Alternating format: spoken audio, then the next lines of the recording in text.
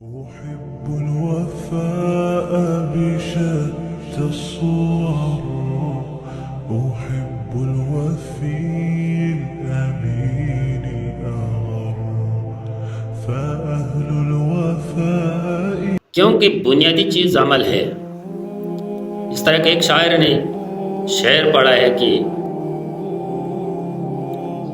عمل سے زندگی بنتی ہے جنت بھی جہنم بھی، عمل سے زندگی بنتی ہے جنت بھی جہنم بھی، یہ خاکی اپنی فطرت میں نوری ہے نہ ناری ہے۔ عمل سے اگر میں دوسرے الفاظوں میں یہ کہوں کہ جنت جو ہے نا، جنت میں کچھ بھی نہیں خالی ہے، اور جہنم بھی کچھ بھی نہیں، وہ بھی خالی ہے۔ اللہ جل جلالہ نے آپ لوگوں کو اختیار دے دیا ہے، سمجھایا ہے، ہدایت دی ہے کہ آپ لوگوں نے اپنے لیے جنت کو آباد کرنا ہے یا جہنم کو آباد کرنا ہے۔ اس آیت کریمہ میں اللہ جل جلالہ احکم الحاکمین نے دو باتوں کا ارشاد فرمایا ہے۔ پہلی بات یہ ہے کہ اگر تم بڑے بڑے گناہوں سے بچ جاؤ تو تمہارے چھوٹے چھوٹے گناہ میں معاف کر دوں گا۔ ان تجتنبوا کبائر، اگر تم بڑے گناہوں سے بچ جاؤ، نکفر عنکم سیئاتکم، میں تمہارے چھوٹے گناہوں کو چھوٹے چھوٹے کو خود معاف کروں گا۔ اور اللہ تعالیٰ نے اس آیت کے دوسرے حصے میں فرمایا کہ یہ نہیں کہ صرف معاف کروں گا، بلکہ یہ ہے کہ تمہارے جو چھوٹے گناہ ہیں یا بڑی گناہ، اس کے بعد اگر آپ نیکی کرو گے تو یہ گناہوں کی جگہ وہ نیکیاں میں لکھ کے، یعنی یہ گناہ کو نیکی کے متبادل میں لکھ دوں گا کہ بھائی اس بندے نے گناہ نہیں کیا، جتنی گناہ کی وہ ساری نیکیاں کی ہیں۔ تو آج کے جمعے کا خطبہ گناہ کبیرہ کی نشاندہی کرنا ہے، تاکہ ہم کو پتہ چل جائے کہ کون کون سی گناہ کبیرہ ہے، کون کون سی گناہ صغیرہ ہے۔ تو آج بہت بہترین موضوع ہے، اور اس وجہ سے اللہ جل جلالہ سے ہم راضی ہے کہ اللہ کریم نے ہمیں قرآن پاک کو سننے کے اور سمجھنے کے اور بیٹھنے کے اور اس محفل میں حاضری کی طاقت دی ہے۔ یہ بہت خوشی والی بات ہے۔ تو اللہ کریم نے فرمایا اگر تم کبیرہ گناہوں سے جن سے تمہیں روکا گیا ہے بچتے رہو، نکفر عنکم سیئاتکم، تو میں تمہارے چھوٹی برائیوں کو مٹا دیں گے، ختم کر دوں گا میں، اور کیا کروں گا، وَنُدْخِلُكُمْ مُدْخَلًا كَرِيمًا، اور میں تمہیں وہ عزت والی مقام، عزت والا جگہ، عزت والی رہائش گاہ میں تم لوگوں کو داخل کروں گا جو جنت ہے۔ اس آیت میں اللہ تعالیٰ نے بڑے گناہوں کی معافی کی بات نہیں کی، بلکہ یہ فرمایا کہ بڑے گناہ تم چھوڑ دو تو چھوٹے میں معاف کر دوں گا۔ تو انسان کو چاہیے کہ بڑے گناہوں سے بچے، اس لیے یہ بہت ضروری ہے کہ ہم کبیرہ گناہوں سے اپنے آپ کو بچے اور اس کی پہچان کر سکیں کہ بھئی بڑے گناہ کون کون سے ہیں، گناہ کبیرہ کون کون سے ہیں۔ تو اس آیت میں کبائر سے بچنے کی ترغیب دی گئی ہے، اور صغائر کو معاف کرنے کا اللہ کریم نے وعدہ فرمایا ہے۔ اور اللہ تعالیٰ نے فرمایا کہ کبیرہ گناہوں سے اجتناب کیا جائے تو اللہ تعالیٰ صغیرہ گناہوں کو معاف کر دے گا۔ تو حضرات، کبیرہ گناہ کون کون سے ہیں، اس کی تفصیل میں بتاتا ہوں۔ اس کی تفصیل جو ہے نا، سب سے پہلے میں یہ بتاتا ہوں کہ بھائی کبیرہ گناہ وہ ہے جو صغیرہ گناہ کر کر کی کبیرہ ہو جائے۔ سب سے پہلی بات یہ ہے، جس گناہ پہ انسان ہمیشتاً بار بار وہ گناہ پہ انسان قائم رہتا ہے، تو چاہے وہ چھوٹی گناہ ہو تو کبائر میں تبدیل ہو جاتے ہیں۔ دوسری بات یہ ہے کہ کبائر جو ہے نا، یہ ہمیں آج کل کبائر بھی ہمیں نظر نہیں آ رہی، حالانکہ گناہ کبیرہ جتنی بھی ہے وہ آج کل ہمارے رواج اور ہمارے علاقوں میں بہت عام ہے کہ بھائی یہ گناہ کبیرہ ہے یا نہیں ہے۔ گناہ کبیرہ میں سب سے پہلے گناہ جو ہے نا وہ شرک ہے۔ ایک نمبر پہ کیا ہے؟ شرک۔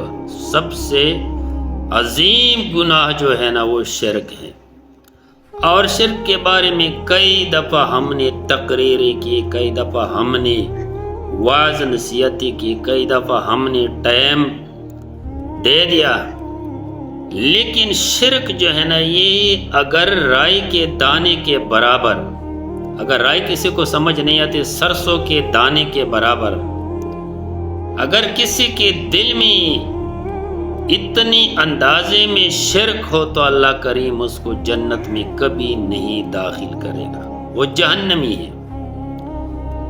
تو اس بنا پہ تکبر بھی گناہ کبیرہ میں شامل ہے اور شرک بھی۔ تو ایک نمبر پہ شرک ہے، دوسرے نمبر پہ قتل۔ اگر کوئی بندہ مسلمان کو قتل کرے تو اس بندے نے اپنے آپ کو جہنم میں ڈالا ہے، اللہ تعالیٰ اس قاتل کو کبھی معاف نہیں کرے گا۔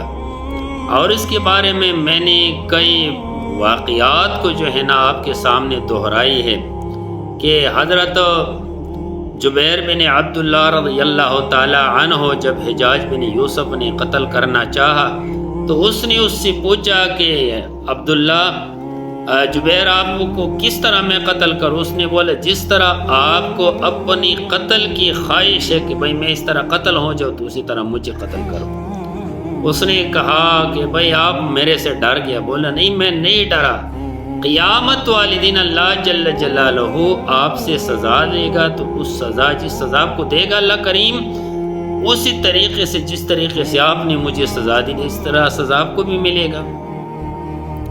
تو پھر اس نے کہا حجاج بن یوسف نے کہ بھائی اس کو لٹا دو۔ جب لٹایا تو قبلہ کی طرف منہ کر دے، اس نے بولے میرا منہ خانہ کعبہ کی طرف کرو پھر مجھے قتل کرو۔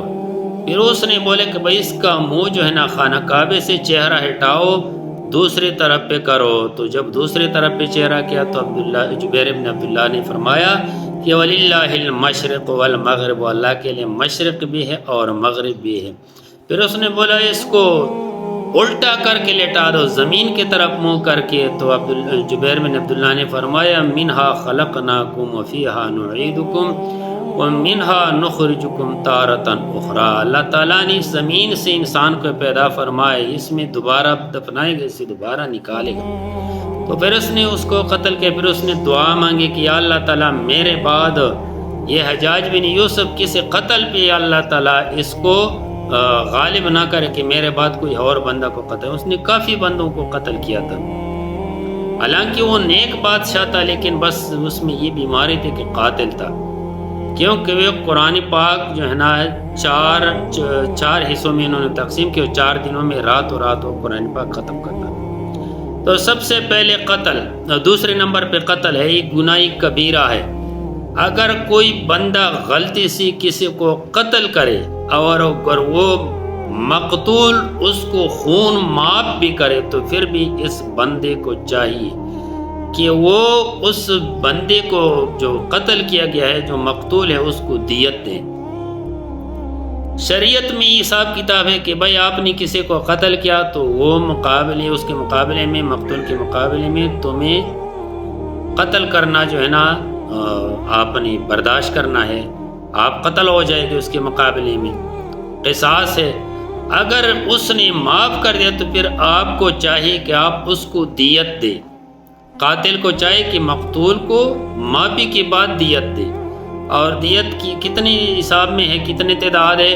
وہ 100 اونٹ ہے، 100 اونٹ، 100 ضرب 15 لاکھ، یہ پیسے اکٹھا کرنے اور پھر اس کو دینا ہے۔ اگر کسی نے غلطی سے بھی قتل کیا تو پھر اس کو بھی چاہیے کہ بھائی وہ شہرین متتابعین 2 مہینے مسلسل روزے بھی رکھے اور اس کو دیت بھی دے۔ اور یہ شریعت نے اس لیے لگا دیا کہ بھائی جب آپ نے گولی چلانا تھا تو آپ نے احتیاط کیوں نہیں کی، آپ نے تلوار چلانے تھے آپ نے احتیاط کیوں نہیں کی۔ تو دوسرے نمبر پہ قتل گناہ کبیرہ ہے، تیسرے نمبر پہ زنا گناہ کبیرہ ہے۔ زنا جو ہے نا یہ زنا کے بہت ممانعت ہے کہ میں تفصیل بیان کرتا ہوں۔ ایک بندہ آیا اور اس نے کہا کہ یا رسول اللہ صلی اللہ علیہ وسلم میرا دل کرتا ہے کہ میں زنا کرو، بدکاری کرو۔ رسول اللہ صلی اللہ علیہ وسلم نے فرمایا کہ اے بندہ تیرا دل چاہتا ہے کہ کوئی بندہ تیری ماں کے ساتھ بدکاری کرے؟ اس نے بھائی یا رسول اللہ میرا دل نہیں چاہتا، میرے سے برداشت نہیں ہوتا۔ تو پھر آپ صلی اللہ علیہ وسلم نے فرمایا کہ اگر تیرا دل ہی نہیں چاہتا پھر تیرا دل چاہتا ہے کہ کوئی بندہ تیرے بہن کے ساتھ بدکاری کرے، یہاں تک کہ پوپی اور ماسی تک نبی کریم صلی اللہ علیہ وسلم نے ایک ایک لے لیا. اس نے بولا نہیں یہ بھی میرا دل نہیں چاہتا. تو نبی کریم صلی اللہ علیہ وسلم نے فرمایا کہ اے انسان، ہر بندے کا دل نہیں چاہتا. اگر تم کسی کی عزت کو پامال کر دے تو تیری عزت کا کیا ہوگا؟ تو اس نے بولے یا رسول اللہ صلی اللہ علیہ وسلم مجھے دعا دے دے. کہ نبی کریم صلی اللہ علیہ وسلم نے اس کے سینے کے اوپر ہاتھ رکھ دیا اور دعا دے دیا کہ یا اللہ تعالیٰ اس کے دل کو صاف کر دے گناہوں سے. پھر اس بندے نے اس کے بعد زنا کا نام بھی نہیں لیا اور اس کے بعد اس نے شادی بھی نہیں کی. اتنا متقی بن گیا. تو دوسرے نمبر پہ زنا ہے. تیسری نمبر پہ. چوتھے نمبر پہ لواتت جو مرد کے ساتھ بدکاری کرتے ہیں، اس کو کہتے ہیں لوتی لواتت، اور یہ بہت گناہ کبیرہ ہے. پانچویں نمبر پہ شراب پینا ہے. یہ گناہ کبیرہ ہے اور یہ بڑی گناہوں میں سے یہ اس کا حصہ ہے. اس سے توبہ کرنا ہے. اگر توبہ نہیں کیا تو یہ کسی نیکی کے بدلے یہ اللہ تعالیٰ معاف نہیں کرتا. پھر چھٹے نمبر پہ ہے چوری. چوری گناہ کبیرہ ہے. جب چور سے آپ اس چیز کا ذکر نہ کرے کہ بھائی میں نے آپ سے یہ چوری کیا، مجھے معاف کر دے، معاف کرے گا. اگر نہیں تو پھر آپ سے قیامت والے دن. حتیٰ کہ مجاہد ایک صحابی ہے اور رسول اللہ صلی اللہ علیہ وسلم کے پاس آئے کہ حضور اگر میں جہاد میں شہید ہو جاؤں میرے لیے کیا ملے گا مجھے؟ آپ صلی اللہ علیہ وسلم نے فرمایا کہ تمہارے لیے جنت ہے. تو بڑی خوشی سے واپس لوٹنے لگا. رسول اللہ صلی اللہ علیہ وسلم نے فرمایا کہ واپس آ جاؤ. واپس آئے. فرمایا کہ بھائی قرض جو ہے نا دوسرے بندے کا حق یہ معاف نہیں ہوتا. تو بھائی چوری کرنا، دوسرے مسلمان کا حق مارنا، یہ چھٹے نمبر پہ گناہ کبیرہ ہے. اسی طرح ساتویں نمبر پہ ہے قذف. قذف کیا ہے؟ نیک لوگوں پہ جو ہے نا الزام لگانا، تہمت لگانا، عورتوں پہ مردوں پہ فلان اس طرح ہے فلان اس طرح ہے. اور یہ ہمارے پنجاب میں بہت یہ رواج، بلکہ ہمارے پوری بری صغیر میں یہ رواج ہے کہ نیک عورت نیک بندہ ہو، کسی گناہ سے اس کو پتہ بھی نہ ہو، لوگ اس پہ کئی تہمت الزام لگاتے ہیں. تو اسی طرح اس بات پہ تہمت الزام لگانا اور پھر لوگوں کے سامنے اقرار کرنا کہ اس بندے کی درمیان یہ مسئلہ ہے. اچھا، اس کے علاوہ یہ ساتویں نمبر پہ. آٹھویں نمبر پہ گواہی، جھوٹ کے گواہی، جھوٹی گواہی. جو وکیل وکالت کرتے ہیں نا، وہ جج کے سامنے کھڑے ہو کے 100 دفعہ جھوٹ مارتے ہیں. یہ جو ہے نا یہ گناہ کبیرہ ہے. اور 9 نمبر پہ مال غصب کرنا، کسی فراڈ کسی دھوکے سے کسی کے مال کو غصب کرنا. اور اس کے علاوہ 10ویں نمبر پہ جہاد سے بھاگنا جہاد سے. 11 نمبر پہ سود کھانا. 12 نمبر پہ یتیم کا مال کھانا. اور یہ یتیم کے مال میں ہم سب شامل ہے. بھائی ہمارے علماء کھڑے ہو کے ایک بندہ مر جاتا ہے، اس کے چھوٹے بچوں کو کہتے ہیں کہ بھائی اپنے باپ کے اپنے بھائی کی اس کا خلصاتہ کرنا ہے. اور ہم شوق سے کہتے ہیں اور اسپیکر پہ اعلان بھی کرتے ہیں کہ پلان یتیم کا اگر کسی نے مال کھانا ہے تو آ جاؤ کھا لو، ثواب دارین حاصل کرو. یہ بھی ہماری درمیان بہت زیادہ ہے. اللہ تعالیٰ ہم سے یہ رواج ختم کر دے. اچھا، اس کے بعد یتیم کے مال کے بعد والدین کی نافرمانی کرنے. 13ویں نمبر پہ یہ گناہ کبیرہ ہے. گناہ کبیرہ یہ والدین کی نافرمانی کرنا. اور اس کے بعد رسول اللہ صلی اللہ علیہ وسلم کی ذات پر جھوٹ باندھنا، یہ بھی گناہ کبیرہ ہے. لوگ کیا کہتے ہیں کہ یہ پلان ایک بات اپنے دل سے نکالتے پھر کہتے کہ بھئی یہ حدیث ہے. جس نے رسول اللہ صلی اللہ علیہ وسلم پر الزام لگایا، کوئی بات اپنے آپ سے بنایا اور حدیث کی طرف منسوب کیا، یہ بندہ جہنم میں ہے، گناہ کبیرہ ہے. اسی طرح اس کے علاوہ جو ہے نا سود کھانا. سود جو ہے نا، سود آج کل بہت عام رواج ہے، آئندہ تفصیل میں بتاتا ہوں. یہ بھی گناہ کبیرہ ہے. اور اسی طرح رمضان شریف کے روزے بلا عذر نہ رکھنا، یہ بھی گناہ کبیرہ ہے. اور اسی طرح شہادت گواہی کو چھپانا، یہ بھی گناہ کبیرہ ہے. اسی طرح جھوٹی قسم کھانا، ایک بندہ جھوٹ بولا پھر قسم اٹھائے کہ یہ بات اسی طرح یہ بھی گناہ کبیرہ ہے۔ اسی طرح قطع رحمی کرنا، صلہ رحمی قطع کرنا، بلادری سے رشتہ داروں سے تعلقات ختم کرنا، یہ بھی گناہ کبیرہ ہے۔ 18ویں نمبر پہ 19ویں نمبر پہ ناپ اور تول میں، پیمائش اور تول میں خیانت کرنا۔ 20ویں نمبر پہ وقت کی پابندی کے بغیر نماز پڑھنا، یعنی نماز کا ٹائم ہو، نماز اس ٹائم پہ نہیں پڑھا، اس سے پہلے پڑھا یا بعد میں پڑھا۔ اسی طرح آگے بلا عذر نماز قضا کرنا۔ 21ویں نمبر پہ نماز ٹائم کے بغیر پڑھنا بھی گناہ کبیرہ ہے، نماز قضا کرنا بھی گناہ کبیرہ ہے۔ اور اس کے علاوہ مسلمان کو ناحق مارنا، پٹنا، یہ بھی گناہ کبیرہ ہے۔ تو اس کے علاوہ خیانت کرنا یہ بھی گناہ کبیرہ ہے۔ صحابہ کرام کو گالی دینا یہ بھی گناہ کبیرہ ہے، اور یہ اتنی عظیم گناہ ہے کہ بھائی یہ کسی حال میں معاف نہیں ہوتا۔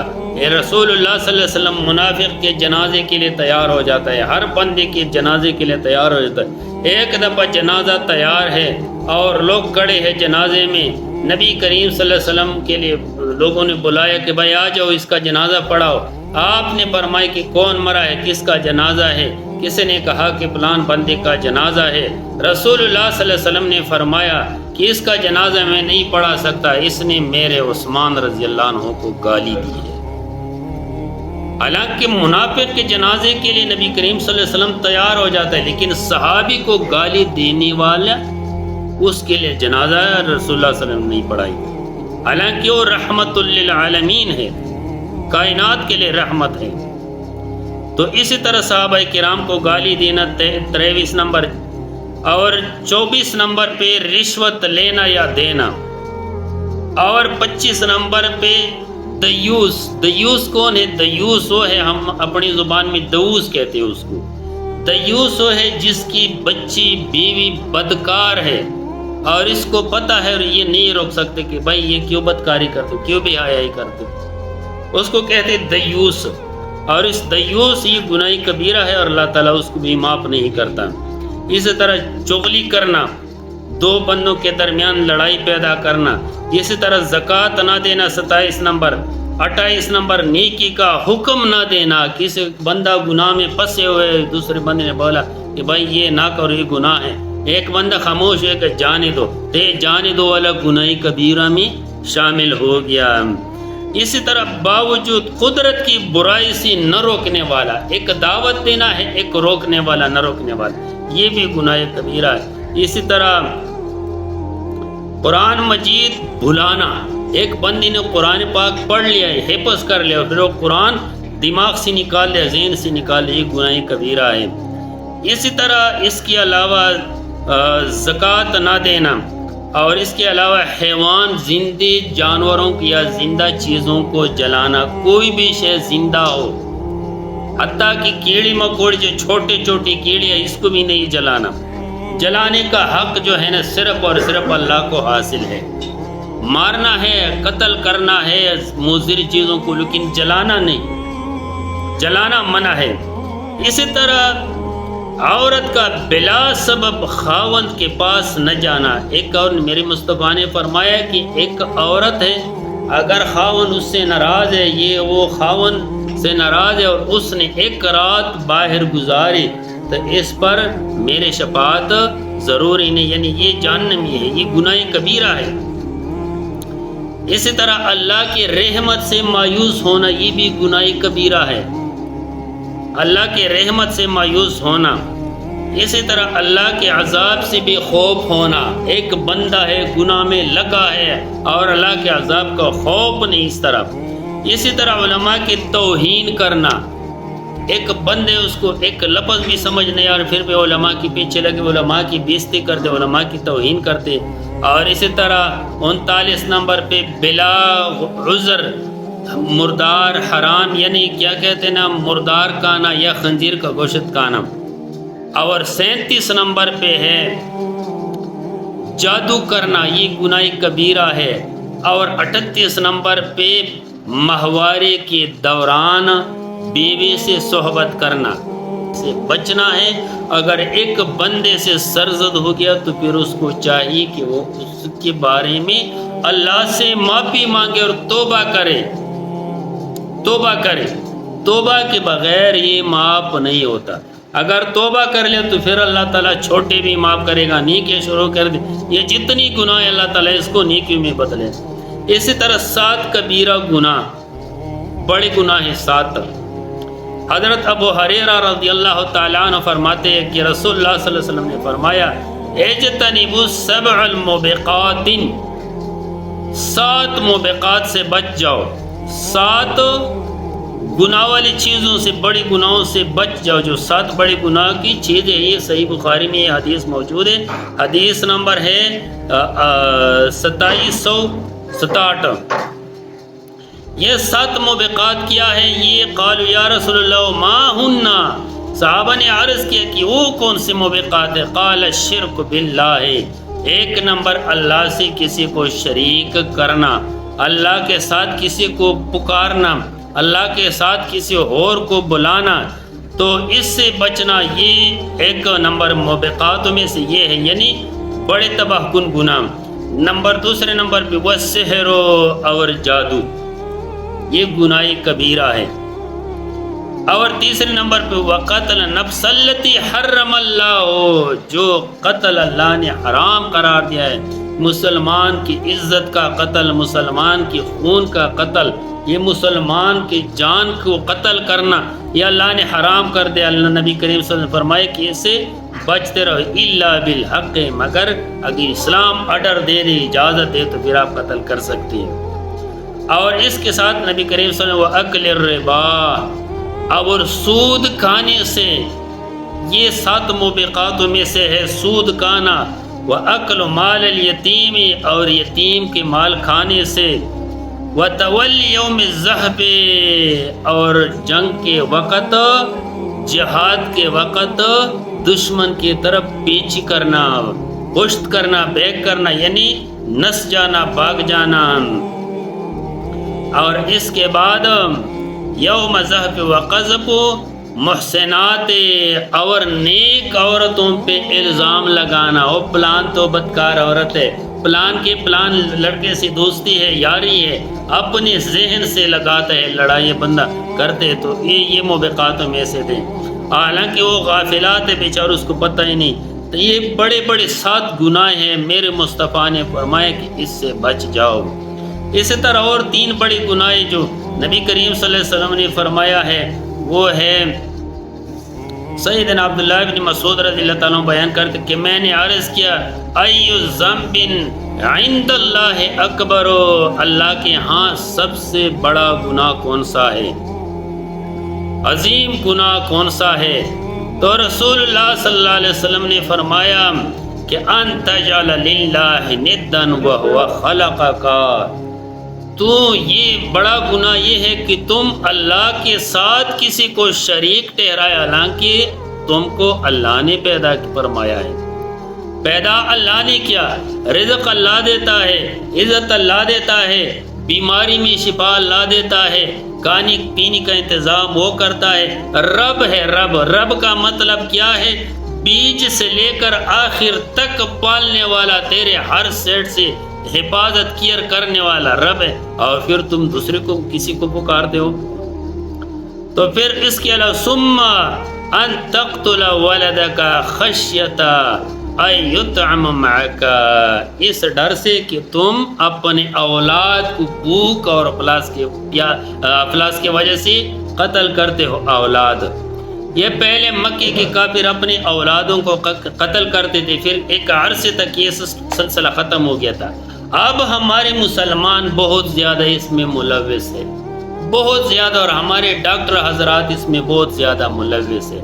جب کوئی حمل ہو جائے, ڈاکٹر صاحب اپنی پیس کی خاطر عورت کو مشورہ دیتے کہ بھائی میں کئی کیسے میں نے دیکھی ہے, عورت آتی کہ بھائی میرا پہلا مہینہ ہے حمل کا, اور ڈاکٹر نے کہا کہ بھائی اس بچے کا دل جو نہیں, اس کے دھڑکن نہیں ہے. تو سچا ہے کہ میرا رب سچا ہے. میرے رب نے 4 جو ہے نا پوائنٹ بیان فرمائے بچے کے لیے, 4 مہینے کے بعد دل دھڑکتا ہے تو پہلے مہینے میں ڈاکٹر صاحب دل دھڑکنا شروع کر دیتے، کیا کرتے بھائی ضائع کرو، مجھے 10-15 ہزار روپے دے دے۔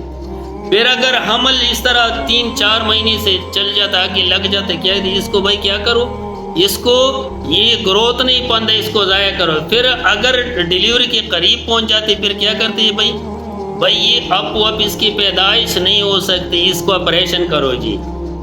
20-30 ہزار کے خاطر آپریشن کرتے تو ہمارے ڈاکٹر اور ہمارے جو ان پڑھ لوگ ہیں، جو کمزور ضعیف ذہن لوگ ہیں، یہ اس میں ملوث ہے اولاد کے قتل میں۔ اکثر عورتیں کہتی کہ بھائی میں اولاد نہیں پیدا کرتا کیونکہ میرا آگے وسیلہ نہیں ہے۔ اللہ کریم وسیلے خود بناتے، توڑوں کو تھوڑی دیتے، گھڑے کو گھڑے دیتے ہیں۔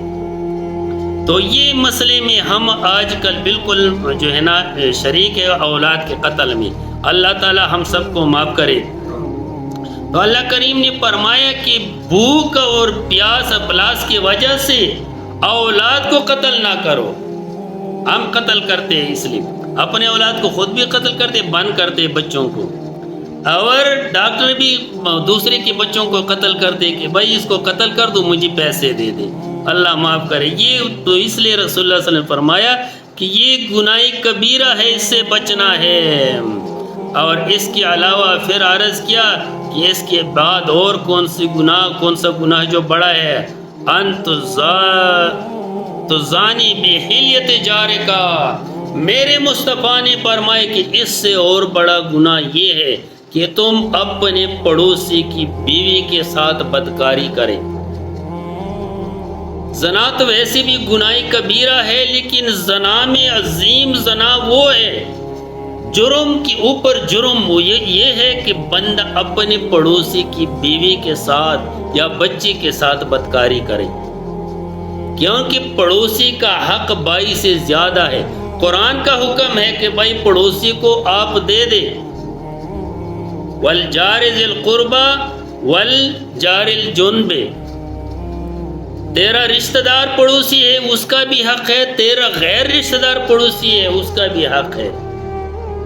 وصاحب بالجنب، اور کلاس کا ساتھی ہے، یا کیا کہتے ہیں نا ہمارے کالج یونیورسٹی میں جو ہے نا، یہ ہمارے کلاس کے ساتھی لڑکے اکثر پرائیویٹ کالج میں اکٹھے بیٹھتے ہیں نا، یہ اس میں بہت اس بیچارے اس گناہ میں ملوث ہے، اس کو توبہ کرنا چاہیے۔ اور اس طرح سفر میں ہے اپنے پڑوسی کا خیال رکھنا ہے۔ تو اسی لیے رسول اللہ صلی اللہ علیہ وسلم نے ان 3 گناہوں کا ذکر فرمایا۔ ایک یہ کہ اللہ کے ساتھ کسی کو شریک کرنا، دوسرے نمبر پہ یہ کہ اپنی اولاد کو قتل کرنا بھوک کی وجہ سے، یہ کیا کہے گا، اور تیسرے نمبر پر پڑوسی کی بیوی کے ساتھ بدکاری کرنا، یہ گناہ کبیرہ ہے، یہ موبقات میں سے، اس سے بچنا چاہیے۔ اگر کسی سے سرزد ہو گیا تو توبہ کرنا چاہیے۔ تو اس کی تصدیق میں اللہ جل جلالہ نے فرمایا کہ والذین لا يدعون مع اللہ الہا آخر ولا يقتلون النفس التي حرم اللہ الا بالحق ولا يزنون ومن يفعل ذلك يلقى اثاما۔ والذین، وہ لوگ لا يدعون، جو نہیں پکارتے، مع اللہ، اللہ کے ساتھ، الہا آخر، کسی اور کارساز حاجت روا کو، ولا يقتلون نفس التي حرم اللہ، اور وہ نفس قتل نہیں کرتا جو اللہ نے حرام کر دیا اس کے قتل کو، الا بالحق، مگر حق کے ساتھ۔ حق کا مطلب یہ ہے کہ اسلام اجازت دے دے، ایک بندہ مرتد ہو گیا، اسلام آپ کو اجازت دیتا ہے کہ اس کو قتل کرے۔ ولا یزنون، اور زنا نہیں کرتے، یہ نیک لوگ ہیں۔ ومن یفعل ذلک، اور جس نے یہ کام کیا، یہ 3 کاموں کیا تو کیا ہو گیا، یلقا اساما، اس نے بہت بڑا جرم کیا، بہت بڑا گناہ کیا۔ تو اس کے لیے کیا ہے، میرے اللہ نے فرمایا ہے یضاعف لہ العذاب یوم القیامہ، قیامت والے دن اس کو اللہ تعالیٰ ڈبل سزا دے گا، دوسری گنہگاروں سے ڈبل سزا دے گا۔ وَيَخْلُدُ فِيهِ مُهَانًا، اور اللہ تعالیٰ اس کو ہمیشہ اس سزا میں، جہنم میں اس کو داخل کرے گا، مہانہ، بےعزتی کے ساتھ، رسوائی کے ساتھ، بے عزتی، عزت ختم ہو جائے گی اس کا، اور رسوا ہو جائے گا قیامت والی دن۔ تو پھر اللہ کریم نے اس کی بات فرمائی الا من توبہ، مگر کوئی بندہ اس گناہ کے بعد توبہ کرے. پتہ نہیں چلتا تھا پہلے، اب پتہ چل گیا، مولوی صاحب نے بیان کیا، قرآن بیان کیا، حدیث بیان کیا، اب توبہ کر دے.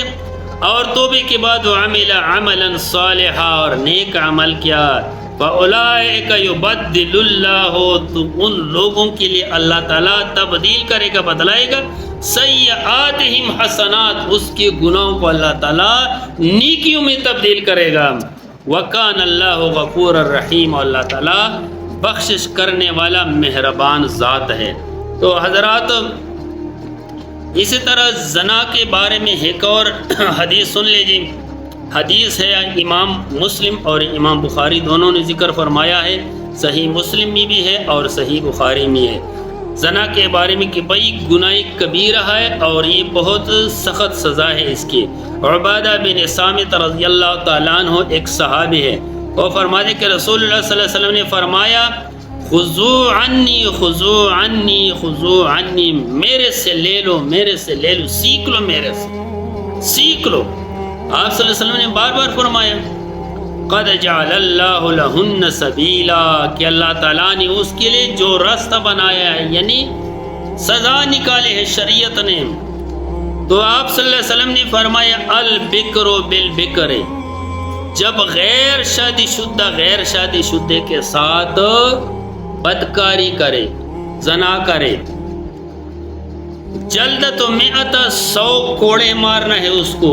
غیر شادی شدہ اگر وہ زنا کرے، یہ میرے مصطفیٰ نے فرمایا ہے، حدیث موجود ہے صحیح مسلم میں، صحیح بخاری میں بھی موجود ہے کہ اگر غیر شادی شدہ لڑکا اور لڑکی بدکاری کرے، اس کے لیے 100 کوڑے ہیں، وَنَبْيُ سَنَةٍ، اور اس کو نکالنا ہے اپنے ملک سے، 1 سال کے لیے بھگانا ہے، 1 سال کے لیے ملک سے بھی نکالنا ہے اور 100 کوڑے بھی مارنا ہے. لیکن کوڑے معمولی چیز نہیں ہے. حضرت عمر رضی اللہ تعالیٰ عنہ کا بیٹا 40 کوڑوں میں اللہ کو پیارا ہو گیا اور 40 کوڑے مرنے کے بعد دے دیا. 100 کوڑے کسی کو دے دے وہ برداشت نہیں کر سکتے. یہ میرے مصطفیٰ نے جرم کو ختم کرنے کے لیے فرمایا ہے کہ جرم ختم ہو جائے.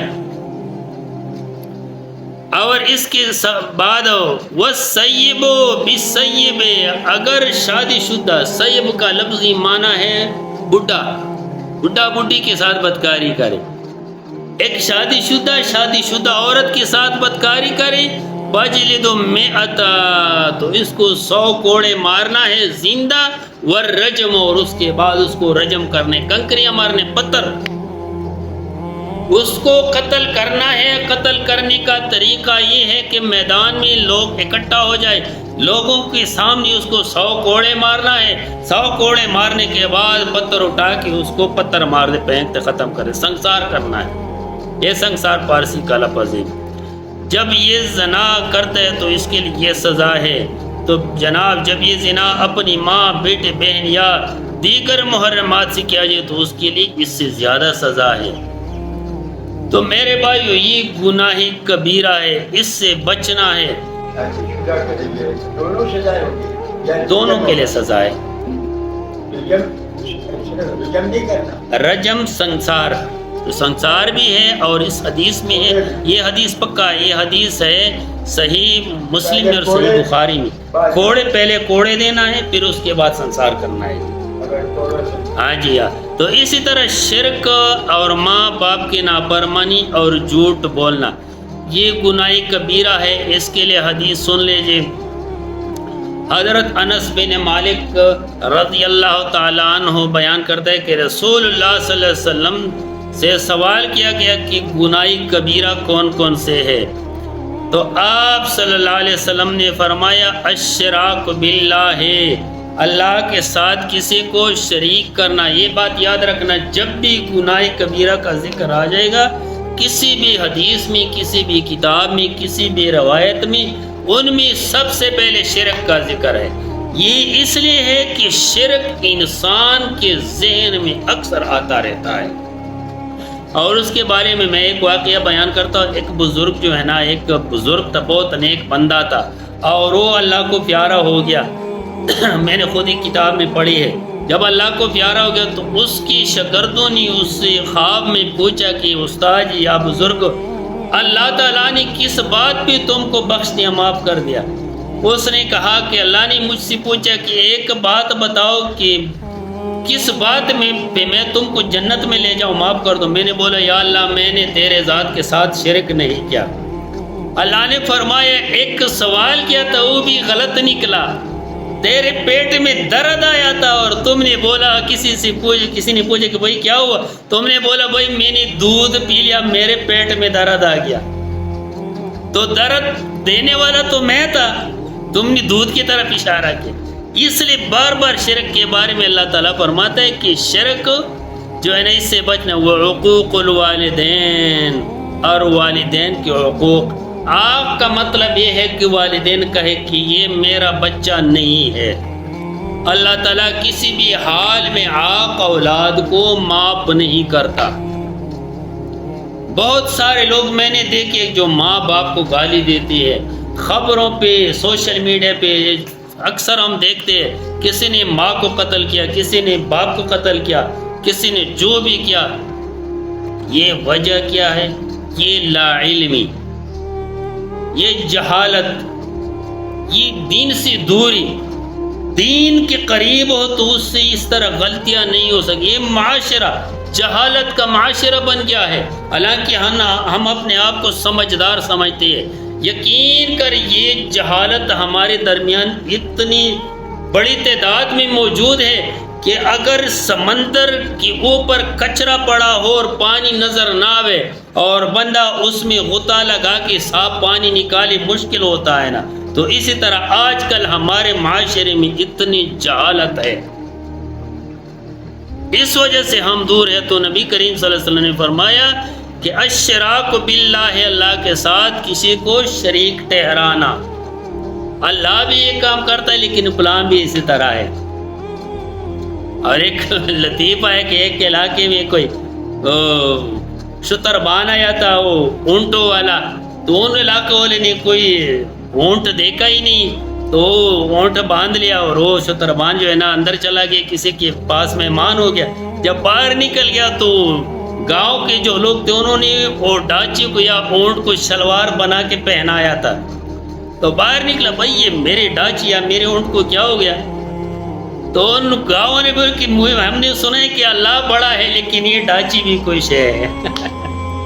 تو میرے بھائی جہالت ہے، اسی طرح ہم خبر نہیں ہے. اس لیے اللہ تعالیٰ بار بار ہمیں اس بات کی تلقین دیتے ہیں قرآن میں. یہ آج یہ آیت نازل نہیں ہوا، آج یہ حدیث نہیں ہے، یہ 1400 سال پہلے کی بات ہے.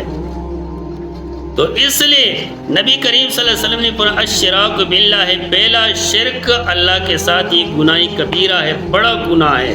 والعقوق الوالدین، اور والدین کے حقوق، اولاد نافرمان اولاد، جو اولاد اللہ تعالیٰ والدین اس کو معاف کر کے بھائی میرے سے آزاد ہے. وقتل نفس، اور انسان کو قتل کرنا. وشہادت الزور، اور جھوٹی گواہی دینا. جھوٹی گواہی دینا، ہمارے جو وکیل حضرات ہیں اس میں یہ بیچارے پس گئے ہیں. اتنی پڑھائی کے بعد بیچارے جو ہے نا اپنی پیسوں کے خاطر گنہگار کو صاف کر دیتے ہیں اور صاف کو گنہگار بناتے ہیں. اس میں ہمارے، اور یہ ہمارے عوام بھی اس میں شامل ہے.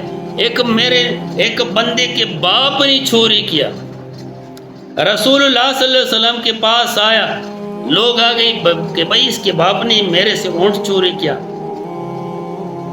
تو اس بندہ حیران ہو گیا کہ میں اپنے باپ کے اوپر کیسی گواہی دے دو.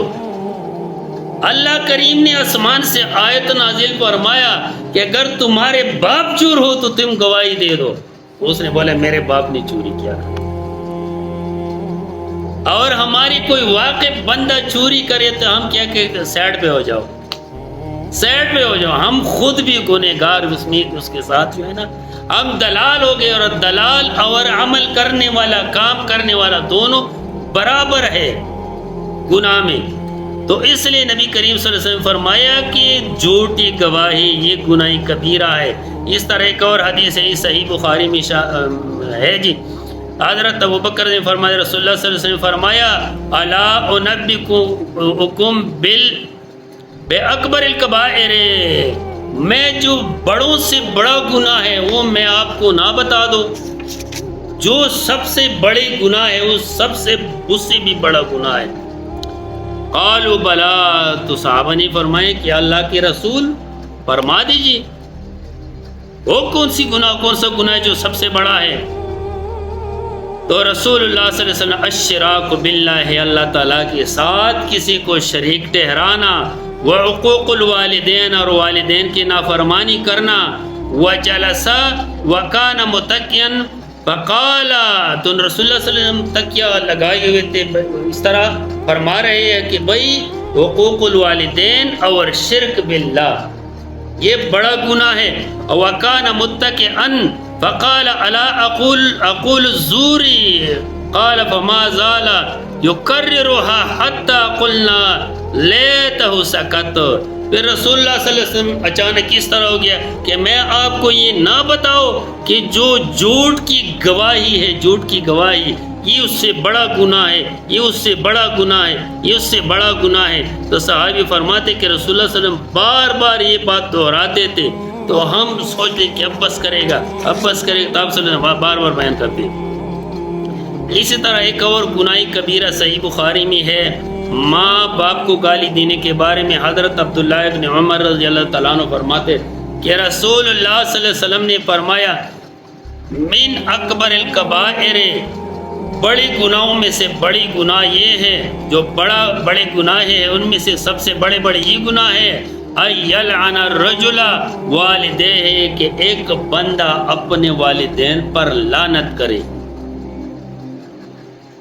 قیل یا رسول اللہ وکیف یلعن الرجل لوالدیہ، کسی نے کہا کہ اللہ کی رسول یہ بھی کوئی بندہ ہو سکتا ہے کہ اپنے والدین کے اوپر لعنت کرتے ہیں، یہ بھی ہو سکتا ہے؟ تو قال رسول اللہ صلی اللہ علیہ وسلم نے فرمایا، یسب الرجل، ایک بندہ گالی دیتا ہے، ابا الرجل، دوسرے بھائی کے باپ کو، تیرا باپ اس طرح ہے، تیرا باپ اس طرح ہے، تیرا باپ اس طرح ہے، تو تم نے اپنے باپ کو گالی دے دیا۔ جب ہم چھوٹے ہوتے تھے نا تو بچے آپس میں ویسے گالم گلوچ کرتے، جب کوئی ہمیں گالی دے دے، بھائی یہ جو گالی دیتے اس کے اوپر پلٹ کے جاتی ہے، ہم نہیں دیتے گالی۔ تو نبی کریم صلی اللہ علیہ وسلم قال یسب الرجل ابا الرجل، جو بندہ دوسرے کے باپ کو گالی دیتے ہیں یا لعنت دیتے ہیں، فیسب اباہ ویسب امہ، تو واپس میں اس کے ماں باپ کو گالی آتے ہیں، تو یہ گناہ کبیرہ ہے۔ تو اسی طرح اللہ رب العالمین اس کے بارے میں، اس کے بعد گناہ کبیرہ جو ہے نا، آخری ٹاپک یہ سود ہے۔ یا ایھا الذین آمنوا اتقوا اللہ وذروا ما بقی من الربا ان کنتم مؤمنین، اللہ کریم نے فرمایا ہے سورہ بقرہ میں آیت نمبر 287 کہ اے ایمان والو اللہ سے ڈرو اور وہ مال چھوڑ دو جو اضافی مال ہے تمہارے مال سے، سود۔ تم نے کسی کو پیسے دے دیا، اس کے اوپر سود چڑھ گیا، تو آپ نے اس سے اپنے پیسے لینا ہے، اوپر سود نہیں لینا۔ الذین یأکلون الربا، وہ لوگ جو سود کھاتے ہیں، لا یقومون، یہ کھڑے نہیں ہوئیں گے قیامت والے دن، الا کما یقوم الذی، جس طرح کھڑا ہو جاتا ہے وہ بندہ، یتخبطہ الشیطان من المس، جس طرح شیطان اس کو پکڑ کر جکڑ کر دیا ہے، تو یہ قیامت والے دن اسی طرح کھڑا ہو جائے گا۔ کیونکہ سودی بندے کا کام کیا ہے، کسی کے پاس کھڑا ہے، کسی کے پاس بیٹا ہے، وہ سوچتا ہے کسی طریقے سے اس سے میں مال نکالوں، بھائی کسی چیز کی ضرورت ہے نہیں، آپ کو کوئی دو چار آنے میں دے دو، کوئی پریشانی تو نہیں، اس لیے کہ بھائی سے وہ منافع لے لے۔ تو میرے بھائی رسول اللہ صلی اللہ علیہ وسلم نے غیر مسلموں کو منع کیا کہ بھائی سود کا لین دین نہ کرو، حالانکہ غیر مسلموں سے مسلمانوں کا کوئی تعلق نہیں ہے، دشمن ہے، نبی کریم صلی اللہ علیہ وسلم نے نجران کے نصاری جو عیسائی ہے اس کو نبی کریم صلی اللہ علیہ وسلم نے خط لکھا کہ جس شخص نے سود لیا ہمارے اور اس کے درمیان کوئی عہد نہیں ہے. مسلمانوں کے ساتھ عیسائیوں اور یہودوں نے وعدہ کیا تھا، ایگریمنٹ کیا تھا کہ بھائی آپ ہمارے اوپر کچھ دعویٰ نہ بولیں، ہم آپ کے اوپر نہیں بولیں گے. اب ہم سے ٹیکس لینا جو بھی کرے ہم آپ کی حکومت مانتے ہیں، ہمیں چھوڑ دے. تو رسول اللہ صلی اللہ علیہ وسلم نے فرمایا کہ جو عیسائی جو نصاری یہ کرتا ہے سود، اس کے ساتھ ہمارا معاہدہ لوز نامہ نہیں، ایگریمنٹ نہیں ہے. اور اسی طرح وہ جو یہودی تھی اس کے ساتھ بھی انہوں نے رسول اللہ صلی اللہ علیہ وسلم نے یہ خط لکھا کہ تمہارے ساتھ سود کے بارے میں ہمارا لین دین نہیں ہے. اگر سود کا کاروبار ہے پھر کیا کرے؟ اللہ اور اللہ کے رسول کے ساتھ جنگ کے لیے تیار ہو جائے. تو پھر ہم مسلمان جب سود کرتے ہیں، بھئی یہ منافع ہے، یہ بیمہ پالیسی یہ منافع ہے. بھئی بینک سے قرضہ لے لیا، 10 لاکھ لے لیا، بھئی مہینے بعد 5000 روپے منافع دیتے، یہ کدھر سے ہے؟ یہ سود ہے، یہ سود ہے. سود دینے والا، سود لینے والا، وہ حدیث ابھی میں بیان کرتا ہوں. اور سود کی گواہی میں بیٹھنے والا اور سود کا لین دین لکھنے والا، یہ 4 میرے مصطفیٰ نے فرمایا ہے یہ جہنمی ہے. وہ پاک زبان نورانی زبان نے فرمایا کہ یہ جہنمی ہے.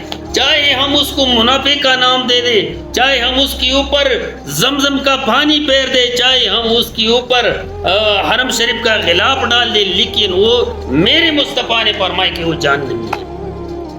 تو اسی طرح سودیوں کے لیے اعلان جنگ ہے اللہ کے طرف سے. جب مکہ فتح ہوا تو عتاب بن اسید رضی اللہ عنہ کو مکے کا امیر بنایا رسول اللہ صلی اللہ علیہ وسلم نے.